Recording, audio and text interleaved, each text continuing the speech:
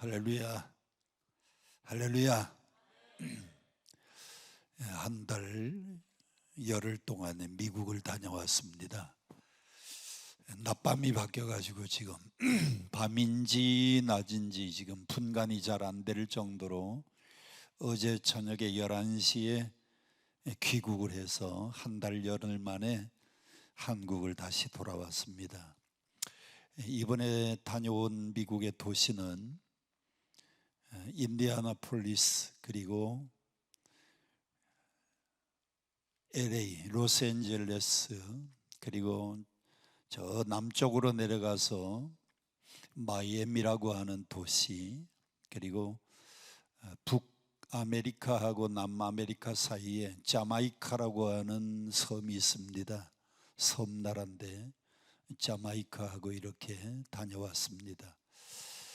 제가 놀라운 것은 인디애나폴리스에 갔는데, 인디애나폴리스는 미국의 53개 주 가운데에 인디애나 주라고 하는 주가 있는데, 그 주의 캐피탈 시티, 수도가 되는 주 도시가 인디애나폴리스입니다.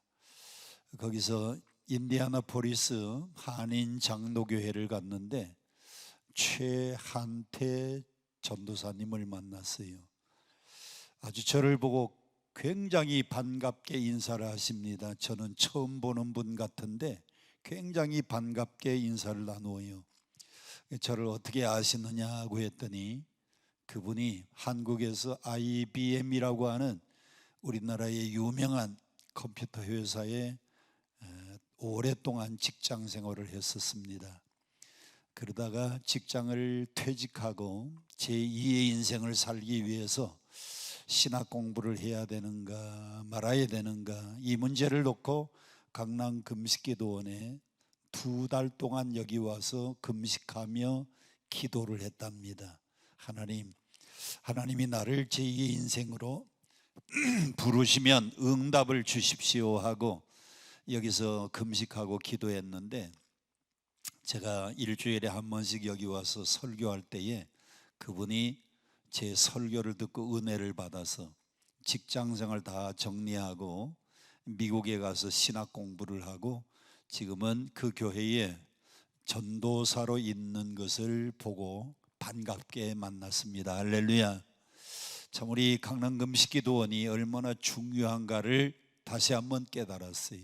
그분이 직장생활 정말 좋은 회사입니다. IBM이라고 하는 좋은 회사를 다니다가 이제 정리하고 제2의 인생을 살기 위해서 하나님의 부름을 받고 응답받기 위해서 금식하고 기도하면서 이곳에서 2달 동안 있는 동안에 우리 기도원의 강사님들 다 설교 다 듣고 또 하나님이 주시는 음성을 듣고 그분이 결단을 했는데, 그 중에 제가 일주일에 한 번씩 와서 말씀을 전하는 그 설교를 듣고 이제 직장생활 정리하고 미국 가서 신학 공부하고 전도사님이 되었다고 반갑게 인사를 나눠요.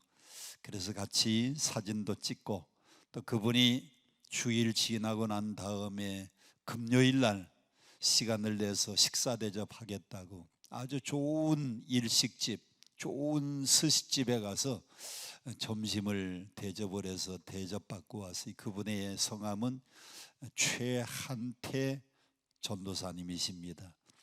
오늘 여기 오신 분 가운데도 병으로 기도하기 위해서 오신 분들도 계시고, 또 가정에 어려운 일을 만나서 기도하러 오신 분들도 계시지만은 정말 중요한 문제를 놓고 하나님 앞에 응답받기 위해서 여기에 오신 분들, 오늘 말씀 듣고 은혜 받고 하나님의 응답 받으시기를 축원합니다.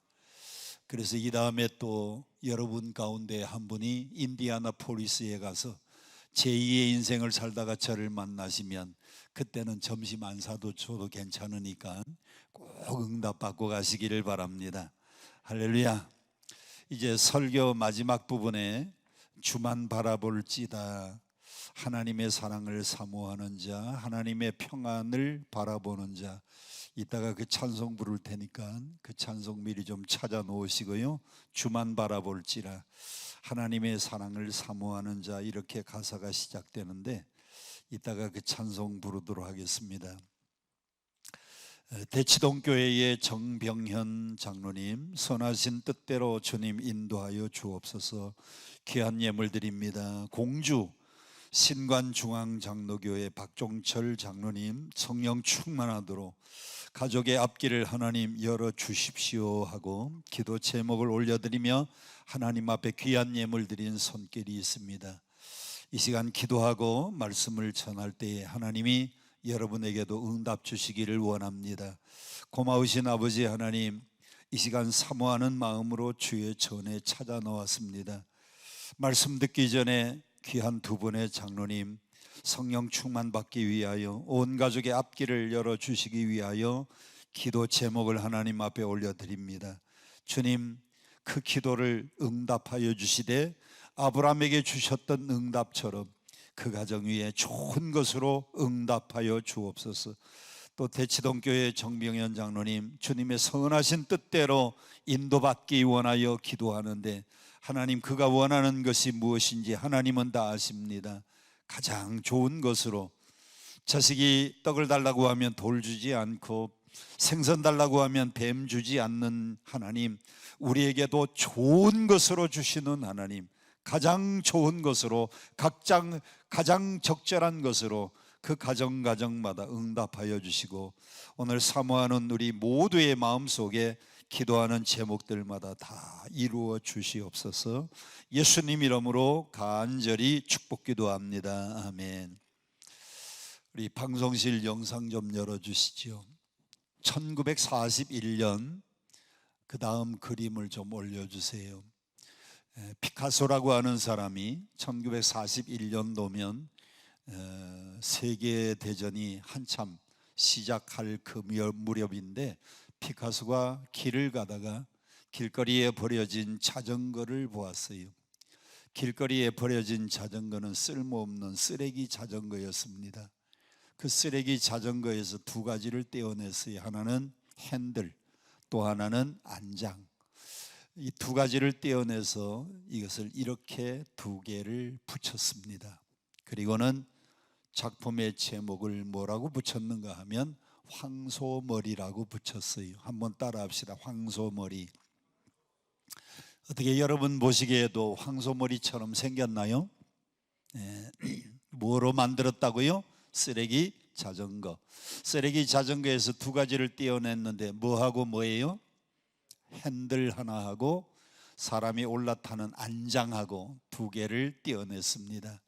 여러분, 저 길거리에 아무 쓸모없는 쓰레기 자전거예요. 그런데 피카소가 이것을 떼어내 가지고 두 개를 이렇게 붙여놓고 작품명을 황소머리라고 이름을 붙였어요. 이 작품이 지금부터 12년 전에 영국 크리스티 경미장에서 얼마에 팔렸는가 하면 놀라지 마세요. 293억에 팔렸습니다. 아니, 여러분들은 하루에 돈을 얼마나 많이 벌길래 293억 그래도 놀라지도 않습니까? 우리 교회에서는 제가 293억 그러면 놀래서 와 이런 소리가 들립니다. 다시 하겠습니다. 지금부터 12년 전에 영국의 크리스티 경미장에서 이 작품이 얼마에 팔렸는가 하면 293억에 팔렸습니다. 지금 그렇게 와하면 어떡합니까? 아까 그렇게 해야지. 아까. 여러분, 아무 쓸모없는 쓰레기 자전거, 아무 쓸모없는 쓰레기 자전거, 그거 아무도 거들떠 보지 않는 쓰레기 자전거인데 누구의 손을 한번 거쳤더니 피카소라고 하는 세계적인 훌륭한 미술가요 조각가인 피카소의 손을 한번 거쳤더니 293억짜리가 되었어요. 하나님은 우리에게 성경에 이렇게 말씀합니다. 우리 인생은 얼마짜리냐? 온 천하를 주고도 바꿀 수 없는 귀한 존재라 그랬어요. 여러분들은 293억짜리가 아니고 이 293억짜리 피카소의 작품을 넘어서 정말 온 천하를 주고도 바꿀 수 없는 귀한 존재가 되었는데 누구의 손에 붙잡힘을 받으니까? 하나님의 손에 붙잡힘을 받으니까 여러분 온 천하를 주고도 바꿀 수 없는 귀한 존재가 된 줄로 믿으시는 분들만 아멘 합시다. 그렇습니다. 여러분들은요 천하를 주고도 바꿀 수 없는 귀한 존재예요. 값으로 따지면 얼마짜리냐? 이 작품은 293억짜리인데 여러분은 얼마짜리인가 하면 여러분은 예수님짜리예요. 얼마짜리? 예수님짜리. 예수님이 여러분을 구원시켜서 하나님의 자녀로 만들기 위하여 이 땅에 오셔서 십자가를 지시고 머리에 가시면류관 쓰고 옆구리에 창을 받고 양손과 양발에 큰 못을 받고 피 흘려서 우리에게 피를 흘려주시고 생명을 쏟아주셔서 여러분을 구원시켜서 하나님의 자녀로 만들어주셨는데 여러분은 얼마짜리냐? 예수님짜리예요. 예수님짜리. 얼마짜리? 예수님짜리. 그래서 여러분들은 뭐를 주고도 바꿀 수 없는 존재? 천하를 주고도 바꿀 수 없는 존재가 된 줄로 믿습니다. 할렐루야. 자, 우리가 예수 믿고 구원받아서 하나님의 자녀가 되었는데 이 하나님의 자녀가 된 우리는 신앙이 조금씩 성장해야 됩니다. 제가 5월 1일 날 출국했다가 어제 저녁에 6월 8일 날 어제 저녁에 11시 밤 11시에 귀국을 했어요. 5월 1일 날 갔다가 한 40일 만에 돌아왔더니 우리 집 앞에 나무도 쭉 자라 있고요. 우리 집 앞에 있는 그 풀들도 쭉쭉 성장했어요. 살아있는 것은 다 자랍니다. 그런데 살아있지 못하고 죽은 것은 성장하지 못해요. 오늘 여러분의 신앙도 살아있는 신앙이면 어떻게 해야 되느냐? 살아있는 신앙이면 성장하고 자라야 됩니다. 그런데 믿음이 자라지도 않고 성장하지 못하면 그것은 죽은 믿음이에요. 여러분의 믿음이 살아서 오늘도 내일도 날마다 성장하고 날마다 자라서 어디까지 자라야 되는가 하면 그리스도의 장성한 분량이 충만한 데까지 이르리니. 할렐루야. 어디에까지 자라야 돼요? 그리스도의 장성한 분량이 충만한 데까지 오늘 여러분의 신앙이 자라고 성장해야 됩니다. 자, 그래서 오늘은 이 믿음의 4단계를 여러분들에게 말씀을 드리려고 합니다. 방송실 영상 좀 올려주세요. 첫 번째 믿음의 단계는 만남의 단계입니다. 다 같이 한번 따라 합시다. 만남의 단계. 마태복음 4장 18절 다 같이 함께 봉독합니다. 시작. 갈릴리 해변에 다니시다가 두 형제 곧 베드로라는 시몬과 그의 형제 안드레가 바다에 그물을 던지는 것을 보시니 그들은 어부라. 말씀하시되 나를 따라오라. 내가 너희를 사람 낚는 어부가 되게 하리라 하시니. 우리 사람에게서 가장 중요한 것은 만남입니다. 사람이 만남이 얼마나 중요한지 몰라요. 우리는 이 세상에 태어나면서 제일 먼저 누구를 만나는가 하면 부모를 만납니다. 여러분들은 이 땅에 딱 태어나고 보니까 어디서 태어났느냐? 한국에서 태어났어요. 그런데 제가 이번에 미국의 인디애나폴리스 갔다가 저 남쪽의 마이애미를 갔다가 그리고 자마이카를 갔다가 돌아오기 위해서 로스앤젤레스를 들러서 거기서 일주일 지나고 그리고 한국에 왔는데 거기서 부모를 만난 사람들은요 미국에서 태어나요. 거기서 부모를 만난 사람들은 전부 다 영어를 쓰는 겁니다. 제가 캐나다에 있는 프로비던스 학교에 유학을 갔다 왔는데 오랫동안 영어를 쓰지 않다가 갔더니요 처음 일주일은 얼마나 고생을 했는지 몰라요. 날마다 한국말만 하고 한국말만 듣다가 왔는데 갑자기 영어를 쓰려니까요 잘 히어링도 안 되고 스피킹도 잘 안 되는 겁니다. 그런데 한 일주일쯤 지나고 나니까 이게 말이 터지기 시작하는데 야, 참 한국에서 태어났으니까 한국말이 얼마나 편한지 몰라요. 사람은 이 땅에 태어나서 제일 먼저 부모를 만나요. 좋은 부모 만난 사람은 인생의 절반을 성공한 거나 마찬가지입니다. 부모님 잘못 만나면 우리가 어렸을 때부터 지금까지 힘들게 어렵게 성장하는 겁니다.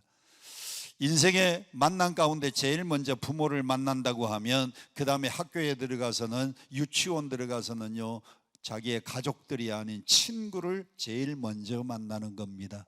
학교 같이 공부하는 친구, 유치원 같이 다니면서 친구를 만나요. 그리고 난 다음에 좋은 선생님을 만납니다. 선생님은 좋은 제자를 만나요. 그리고 여러분들이 신앙생활하면서 교회를 갔는데 누구를 만났느냐? 좋은 목사님을 만났어요. 또 목사님들은 누구를 잘 만나야 되는가 하면 좋은 교회, 좋은 신자를 만나야 됩니다. 목사님들이 아무리 훌륭해도요 신자들이 개떡 같은 신자들을 만나면 그 목사님 목회가 굉장히 힘들어요. 우리 인생은 만남이 중요합니다. 그런데 이 부모나 이런 만남은 우리가 선택할 수 없는데 여러분이 정말 선택을 잘해야 되는 만남이 있는데 누구를 잘 만나야 되는가 하면 배우자를 잘 만나야 돼요. 맞아요? 틀려요? 맞아요? 틀려요? 그래요. 부모도 중요하지만 학교의 선생님도 중요하지만요 일생을 살아가면서 좋은 아내, 좋은 남편, 배우자를 잘 만나야 돼요. 근데 그 배우자는요 한평생 배워야 될 사람이기 때문에 배우자라고 하는 겁니다. 그 사람이 어떤 사람인가? 저도 아내를 만나가지고 지금 46년을 같이 살고 있는데 그 사람을 알고 알아가도 지금도 어떤 사람인지 완전히 다 몰라가지고 지금도 배우고 있어요. 그래서 배우자라고 하는 겁니다. 여러분, 사람은 이렇게 만남이 중요한데 어느 날 예수님이 갈릴리 해변을 이렇게 지나가시다가 두 형제가 바다에서 그물 던지면서 고기를 잡는 광경을 보았습니다. 그 두 제자가 누구냐? 오늘 18절에 보니까 시몬이라고 하는 사람하고 그의 형제 안드레. 이 시몬이 누구냐? 시몬은 원래의 그의 이름이 시몬이고요 예수님이 그를 만나고 난 다음에는 이름을 바꾸어 주셨지요. 이름을 뭐라고 바꾸어 주셨어요? 베드로라고 이름을 바꾸어 주셨어요. 그 베드로하고 그의 동생 안드레가 바다에 그물을 던지는데 그날 시몬 베드로는 누구를 만났느냐? 예수 그리스도를 만난 겁니다. 예수님을 만났더니 예수님이 그날 이렇게 말씀합니다. 나를 따라오너라. Follow me.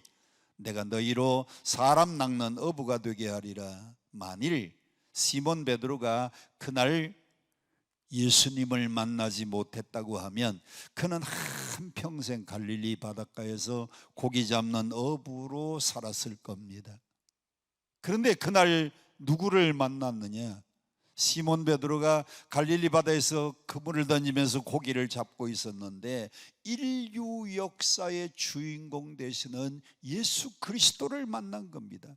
인류 가운데 가장 위대한 스승이시고 인류 가운데 가장 사랑의 실천자이시고 인류 가운데 역사의 주인공이 바로 예수 그리스도인데 그날 예수 그리스도를 만났어요. 자, 우리 방송실 그 다음 영상을 좀 한번 보여주세요. 사람이 만남이 얼마나 중요한가 보세요. 오늘 저기 첫 번째 그림, 저 위에 있는 그림을 보면 여러분 양복을 입고 있는 분이 누구예요?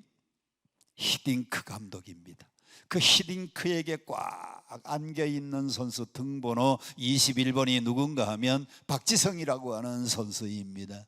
박지성이가 히딩크 감독을 만나기 전까지는 아주 이름이 없는 무명 선수였습니다. 그런데 히딩크 감독이 한국에 와서 우리 한국의 대표 선수들을 뽑는데 보니까 이 박지성이가요 무궁무진한 재능을 가지고 있는데 아직 알려지지 않은 선수입니다. 그래서 히딩크 감독이 철저한 훈련 프로그램에 의하여서 훈련을 시켰더니 괜찮은 인물입니다. 그래서 이 박지성이는 히딩크 감독을 잘 만났기 때문에 2002년도에는 우리나라의 국가대표로 뽑혔고요 우리 국가대표 가운데 터키하고 우리나라의 그 일전에서 지금도 잊을 수 없는 골을 넣은 사람이 누구예요? 박지성입니다. 저쪽에서 센터링이 탁 날라오는 것을요 가슴으로 한번 딱 트리핑하고 오른발로 탁 차고 난 다음에 왼발로 그냥 논스톱으로 탁 슈팅을 했는데 지금도 그 골 광경은요 잊혀지지가 않는. 그래서 이 박지성이는 2002년도에 우리나라를 몇 강까지 올리는데 공헌을 했느냐? 대한민국이 월드컵 2002년도에 몇 강에 올라갔어요? 4강에 올라가 가지고요, 그때는 누가 시키지도 않았는데 모든 국민들이 빨간 그냥 티셔츠를 입고, 그리고 상암 경기장에, 그리고 시청 앞 광장에, 저희 교회는 우리 교회 마당에다가 그냥 그때의 대형 스크린을 펴놓고 중계를 했습니다. 온 동네 사람들이 빨간 옷을 입고 푹을 들고 오더니 대한민국. 그리고 박지성이가요, 그 경기가 끝난 다음에 히딩크 감독이 유럽으로 돌아갈 때에, 네덜란드로 돌아갈 때에 누구를 데려갔느냐? 두 선수를 데려갔어요. 누구 데려갔어요? 이영표라고 하는 사람하고 박지성이라고 하는 사람을 데리고 갔어요. 그래서 세계적인 축구 선수가 되었어요.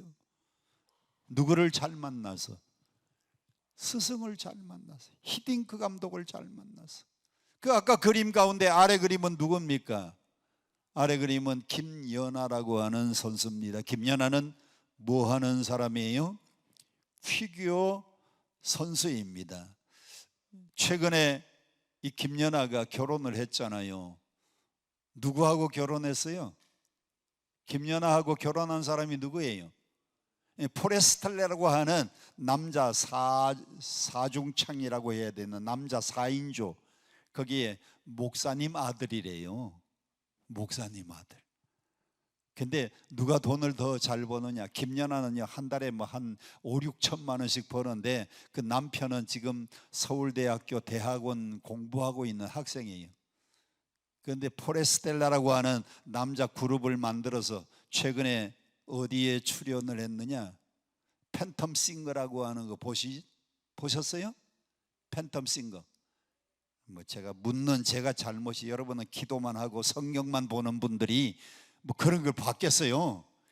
팬텀 싱거의 그 남자 4인조 포레스텔라가 나와가지고 노래를 하는데, 이야 얼마나 잘하, 화음도 좋고 노래를 기가 막히게 잘하는데, 그 남자 4명 중에서요 제일 높은 사람이 뭐라고 하나, 이걸 카운터 테너라고 합니다. 카운터 테너. 남자인데 소프라노 같이 여성 목소리를 높이 올리는 사람, 카운터 테너에, 그 다음에 테너에다가 제일 밑에 굵직한 바리톤 소리를 내는 사람이 김연아 신랑이에요.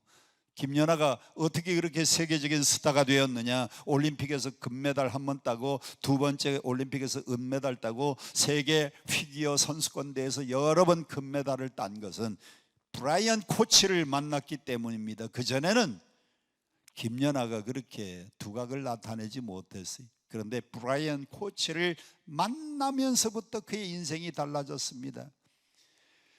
우리 기독교는 만남이 중요합니다. 누구를 만나야 되느냐? 여러분, 배우자 잘 만나는 거 중요해요. 친구 잘 만나는 거 중요합니다. 그런데 우리는 신앙에서 누구를 만나야 되느냐?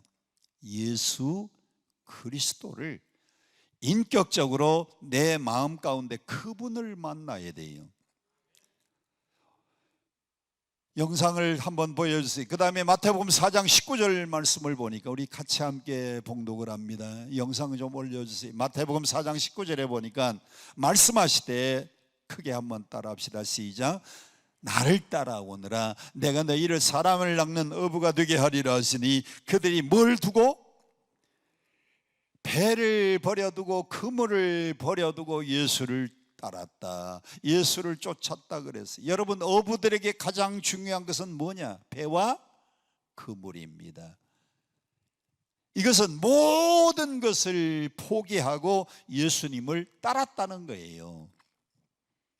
갈릴리 해변에서 그날 예수님을 못 만났다라고 하면, 시몬 베드로는 일평생 동안 갈릴리 바다에서 오늘도 고기 잡고 그물 씻고, 내일도 고기 잡고 그물 또 다시 뚫어진 데를 깁고, 한평생 그렇게 살다가 죽으면 평범한 인물이 될 텐데, 그 갈릴리 바닷가에 평범했던, 공부도 못하고요 학력도 없는 그 평범한 사람이 모든 걸 버려두고 배를 버리고 그물을 버리고 예수를 따라가지고 예수의 제자가 되고 예수 제자 가운데도 수제자가 되어서 우리 주님이 그에게 무엇을 주셨느냐? 첫째, 천국 열쇠를 주었습니다.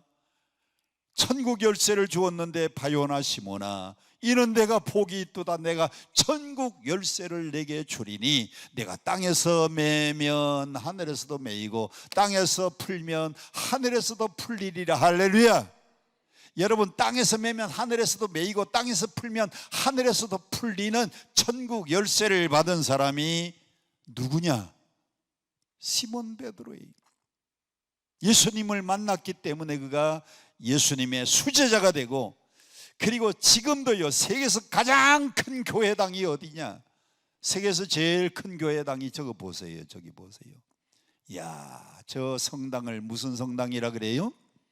베드로 성당이라 그래요. 그 베드로 성당 앞에 있는 저 광장 보세요. 광장. 저 광장이 왜 이렇게 둥그랗게 했느냐? 여러분, 저 광장을 왜 저렇게 디자인한 걸 알아야 됩니다. 저 전체가 무슨 모양이냐? 열쇠 모양이, 열쇠. 보니까 비슷하죠? 저 광장에서 이 둥그런 데서 저 끄트머리 그 성 베드로 성당까지 그 전체가요, 열쇠 모양으로 이것을 디자인한 겁니다. 그리고 그 앞에 기둥이 양쪽으로 쫙 기둥이 세워져 있는데, 그 베드로 성당 안에 들어가면요, 조각품들이 얼마나 많은지 몰라요. 성당 안에 들어가면 이쪽에 6사람의 제자의 조각품이 서 있습니다. 예수님의 12 제자 가운데 6, 이쪽에 또 6명의 제자가 조각이 돼 있어요. 그리고 성당 들어가는 오른쪽에는 뭐가 있는가 하면 피에타라고 하는, 미켈란젤로가 조각한 피에타라고 하는 유명한 조각품인데, 성모 마리아가 자기의 아들 예수 그리스도 십자가에서 피 흘리시고 이제 막 죽고 내려온, 십자가에서 막 내려온 그 피 흘리고 옆구리에 창 찔린 그 아들을 안고 그 어머니 성모 마리아가요, 눈물 흘리면서 아들을 내려다보는 그 조각품인데, 그런 조각품은요, 지금은 수억을 줘도 만들 수 없는 유명한 조각품들입니다. 그런 조각품들이 가득한 성당, 이 돈으로 환산을 하면 세계 어느 나라의 교회당도요 그렇게 꾸밀 수가 없어요. 그 주인공이 누구냐? 그 주인공이 누구예요? 베드로예요. 베드로. 284개의 기둥의 저 기둥들이 열쇠같이 생긴 저 둥그런 부분에 이렇게 기둥들이 이쪽에 양쪽을 다 더하면 284개의 기둥이 서 있는데, 이 주인공이 바로 베드로입니다. 이게 베드로 성당이에요. 자, 공부도 못한 사람이 평범한 갈릴리 바다의 어부가 누구를 만났더니 예수 그리스도를 인격적으로 만나서 자기의 삶의 모든 걸 버리고 금을 버리고 배를 버리고 예수의 제자가 되었더니 그의 인생이 달라지고요, 지금은 베드로 그러면 전 세계 사람들이 모르는 사람이 없잖아요. 자, 오늘 우리의 신앙의 첫 번째 단계는 누구를 만나야 되느냐? 예수 만나야 돼요. 오늘 여러분들이 강남급식기도원에 은혜 받기 위해서 오셨는데 강사 목사님 만나러 온 거 아닙니다. 찬양 잘하는 찬양 인도자 만나러 온 게 아니고, 여러분이 가장 중요한 것은 내 인생의 주인공 되시고 나의 삶을 전부 인도하시는 그분을 만나고 돌아가야 돼요. 예수 만나지 못하면은요, 우리 신앙의 첫 걸음이 벌써 잘못된 겁니다. 오늘 예수님 만나는 축복이 있기를 주님 이름으로 축원드립니다. 신앙의 두 번째 단계는, 방송실 영상 좀 올려주세요. 두 번째 단계는 고백의 단계입니다. 무슨 단계? 고백의 단계예요. 여러분, 만난다고 다 되는 게 아닙니다. 만난 후에는 뭐가 있어야 되느냐? 고백이 있어야 돼요. 고백이. 제가 인하공과 대학을 다녔습니다. 아버님이 목사님이셨는데, 우리 아버님이 제가 중학교 1학년, 2학년, 3학년, 고등학교 1학년, 2학년, 3학년, 그때 우리 아버님은 저 시골 교회에 한 달에 3,000원 사례받고 성미 2말 받고 살았어요. 우리 식구가 몇이었는가 하면 자녀가 8명, 부모님까지 10명, 10식구가 우리 아버님 3,000원 월급, 교회에서 사례비 3,000원에 성미 2말 가지고 10식구가 살아가는데 고생했겠어요? 평안했겠어요? 너무너무 고생스러웠어요. 그때 제가 고등학교 2학년인데 아버님이 저를 부르더니 너는 달란트도 그렇고 성품도 그렇고 신학 가면 딱 맞겠구나, 신학 공부하라 그러는데 우리 아버님을 보니까요 3,000원 사례를 받고 성미 2말 받는데 얼마나 고생스러운지. 아버님, 목사님 되는 건 좋은데 배가 고프네요. 저는 공과대학을 가서 이 다음에 직장 다니면서 장로가 될 겁니다. 그래서 제가 인하공대를 갔어요. 인하공대 다닐 때에 제가 저 동인천에서 뭘 만났는가 하면 미스 킴이라는 사람을 만났어요. 그 미스 킴을 만나가지고 제가 고백을 했지요.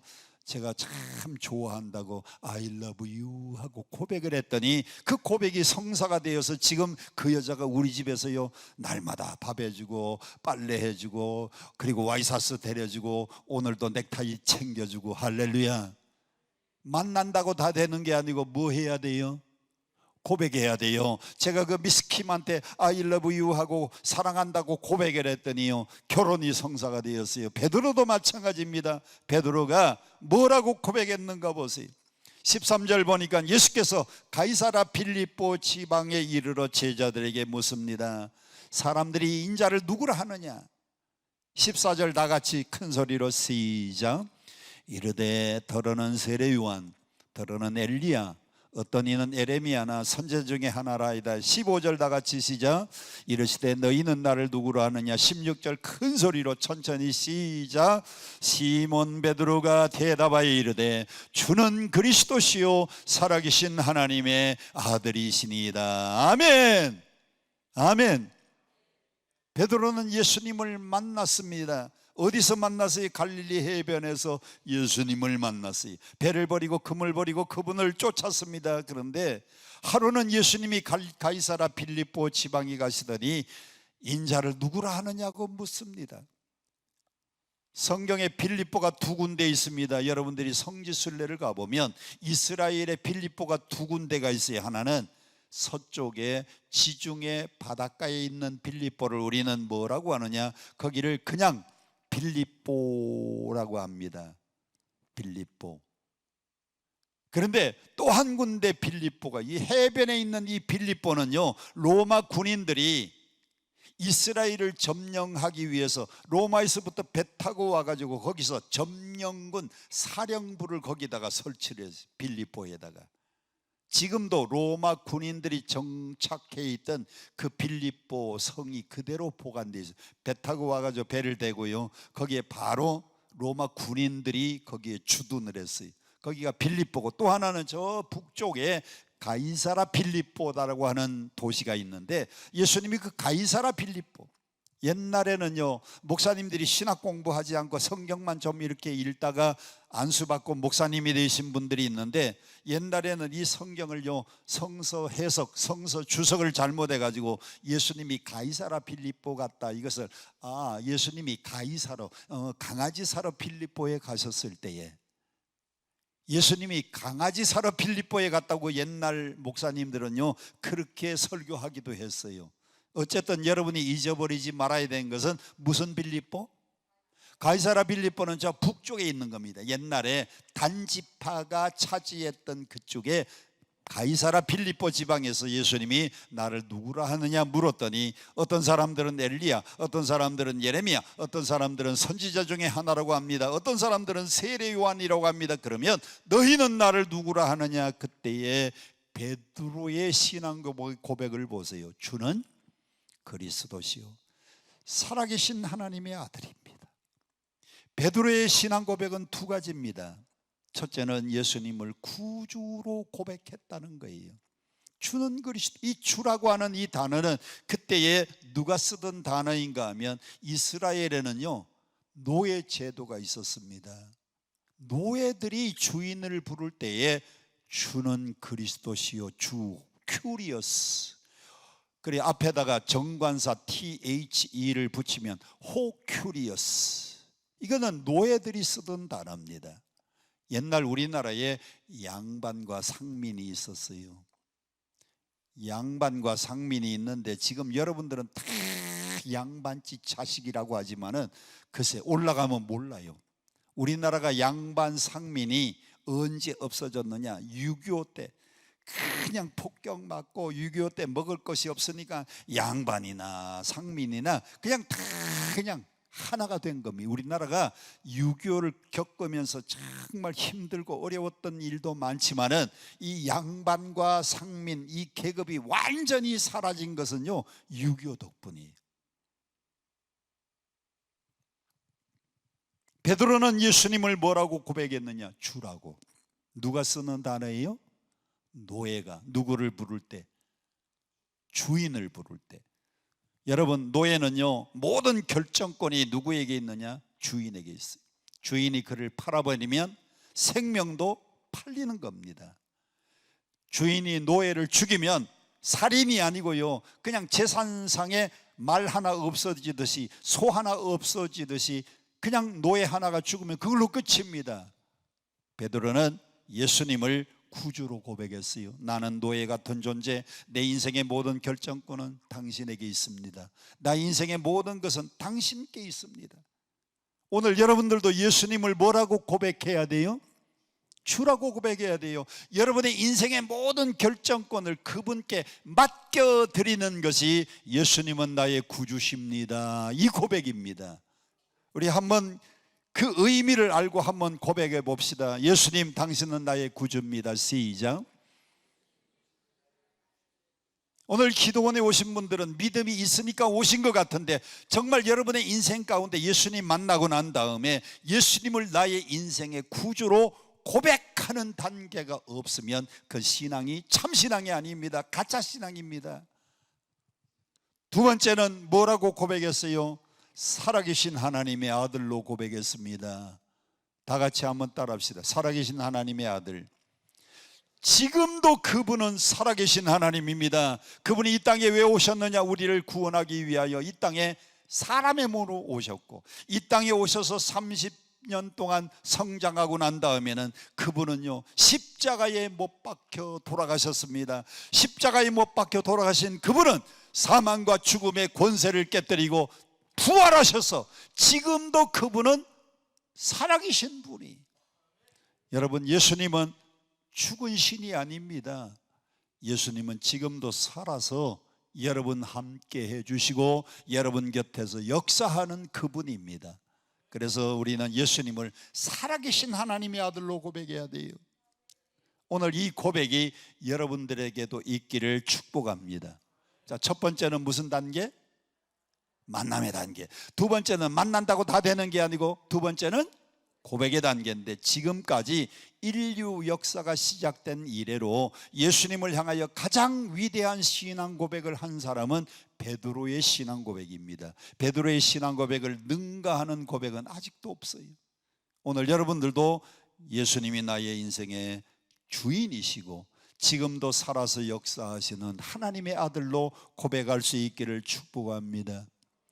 세 번째는 방송실 영상 좀 올려주세요. 세 번째는 예수님을 부인하는 단계가 있었습니다. 갈릴리 해변에서 예수님을 만났고 예수님을 구주로 고백했고 살아계신 하나님의 아들로 고백했던 이 베드로도 예수님을 모른다고 몇 번이나 부인했느냐? 세 번이나.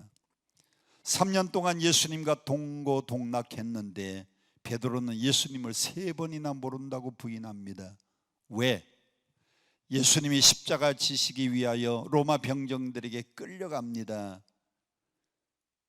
베드로는 예수님이 어떻게 되는가 궁금해서 멀찌감치 뒤따라가는데 예수님이 끌려간 가야바의 뜰에 베드로도 슬그머니 들어갔더니 거기서 한 여종을 만납니다.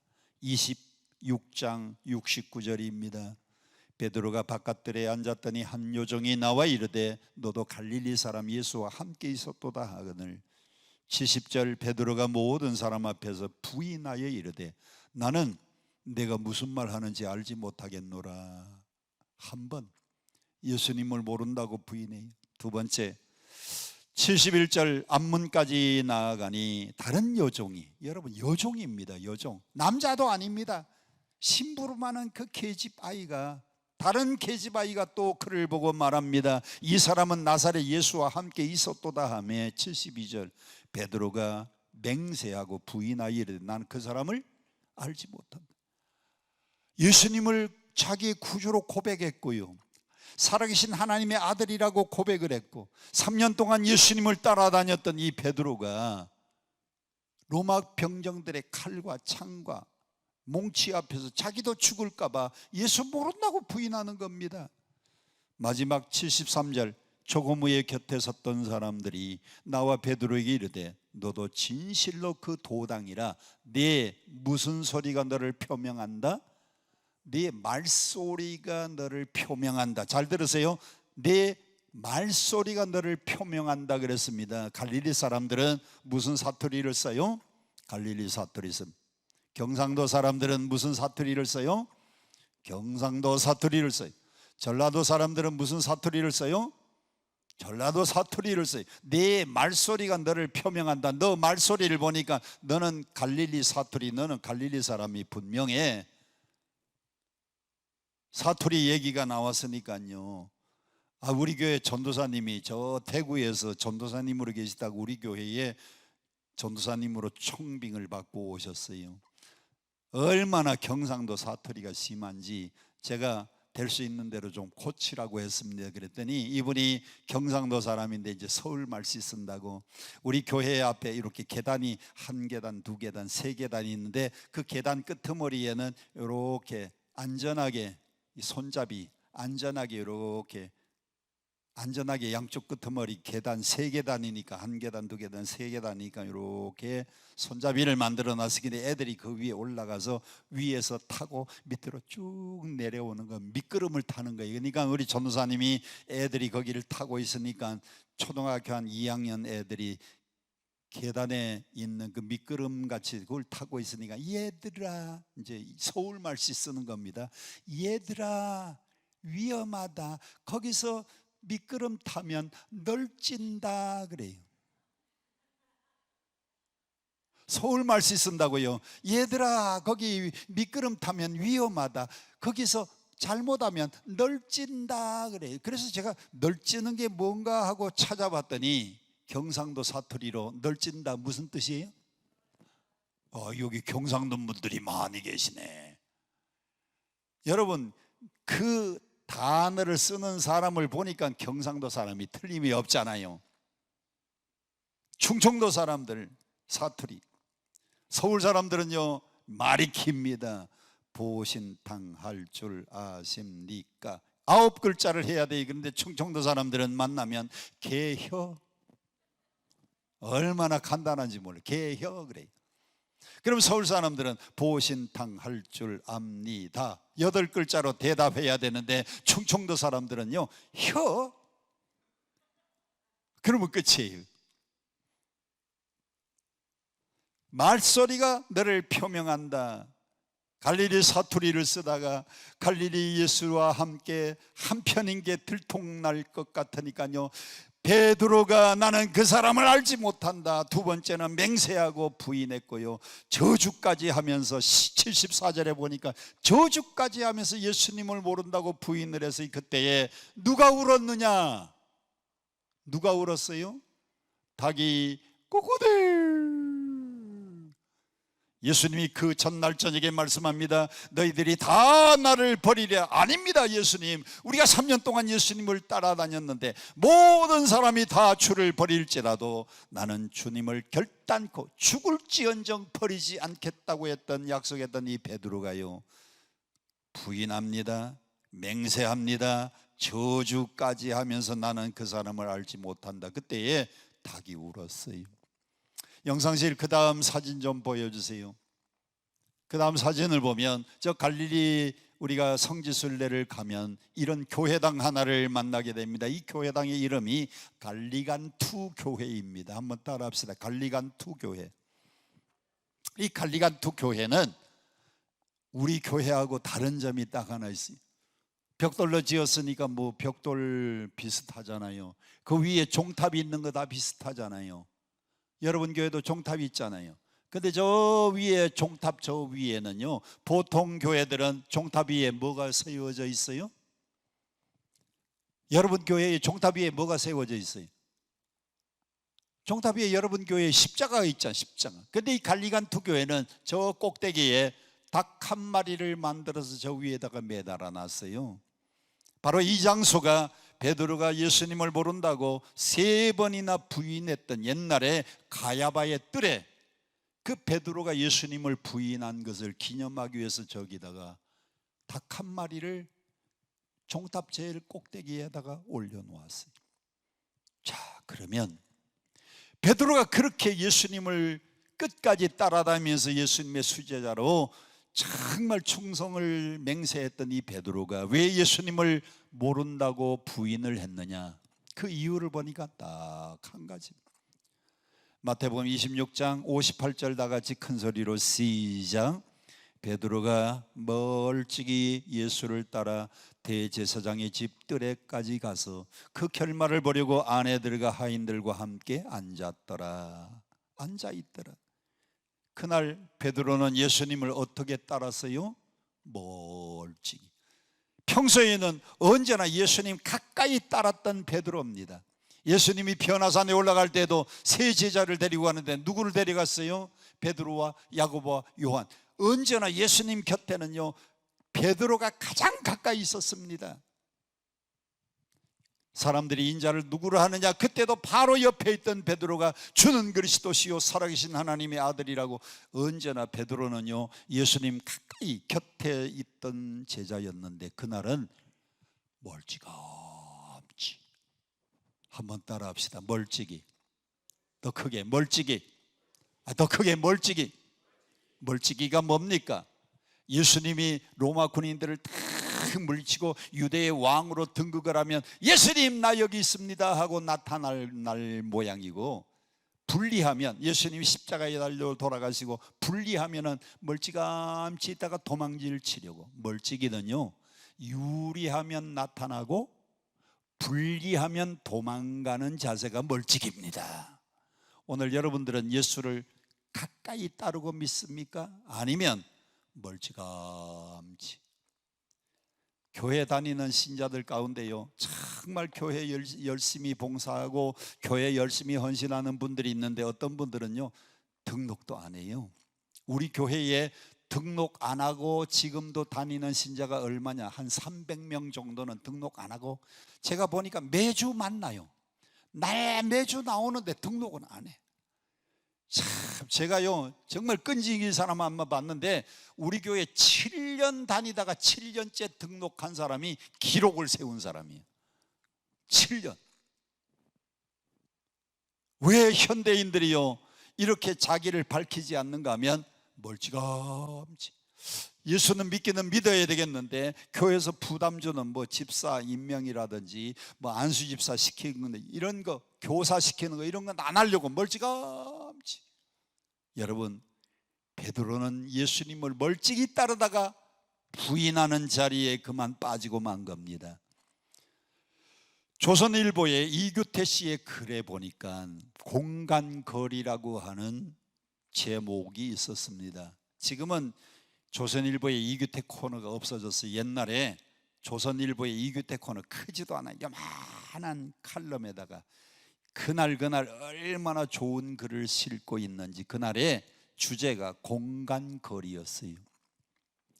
방송실 좀 올려주세요. 우리나라 사람들은 공간거리가 얼마냐? 한 발자국, 두 발자국, 세 발자국 앞에서 안녕하세요. 아유 이번에 미국 다녀오셨다며. 예, 이번에 40일 만에 귀국했습니다. 아 그래요? 우리나라 사람들은 세 발자국 앞에서 인사를 나누면 안정감을 느낀대요. 서양 사람들은 세 발자국 떨어져 있으면요 아, 저 사람이 나를 멀리 하는구나 생각을 합니다. 서양 사람들은 한 30cm. 그래서 이렇게 악수를 하면서 이렇게 잡고 How do you do? How are you? How do you do? 니구도 내구도 바꾸도 오케이. 이거 한 30cm 정도 떨어져서 인사를 나누는 겁니다. 그런데 사랑하는 사람일수록요 팔짱을 딱 끼고, 저도 우리 청년들이요 누가 연애하는지 압니다. 왜? 예배 끝나고요 팔짱 딱 끼고 가는 걸 보면 저 녀석들 연애하는구나. 틀림없어요. 한 3년 4년 지나고 난 다음에 둘이 찾아옵니다. 목사님 주례 좀 해주세요. 우리 결혼하기로 했습니다. 알았어, 내가 알아봤어. 3년 전부터. 언제? 팔짱 끼고 콱 같이 가는 걸 보고 알았다고 했죠. 사랑하는 사람일수록 공간거리가 가까워져요. 그러면 우리와 예수님의 거리는 얼마가 되어야 되느냐? 요한복음 15장입니다. 나는 포도나무요 너희는 가지라. 그가 내 안에 내가 그 안에 거하면 이 사람은 열매를 많이 맺나니 나를 떠나서는 너희가 아무것도 할 수 없느니라. 그렇습니다. 우리는 예수 그리스도의 포도나무의 가지이기 때문에요, 가지가 나무에 어떻게 있어야 돼요? 딱 붙어 있어야 돼요. 다 같이 양손을 한번 벌려보세요. 가지가 포도나무에 어떻게 붙어 있어야 돼요? 딱 붙어 있어야 돼요.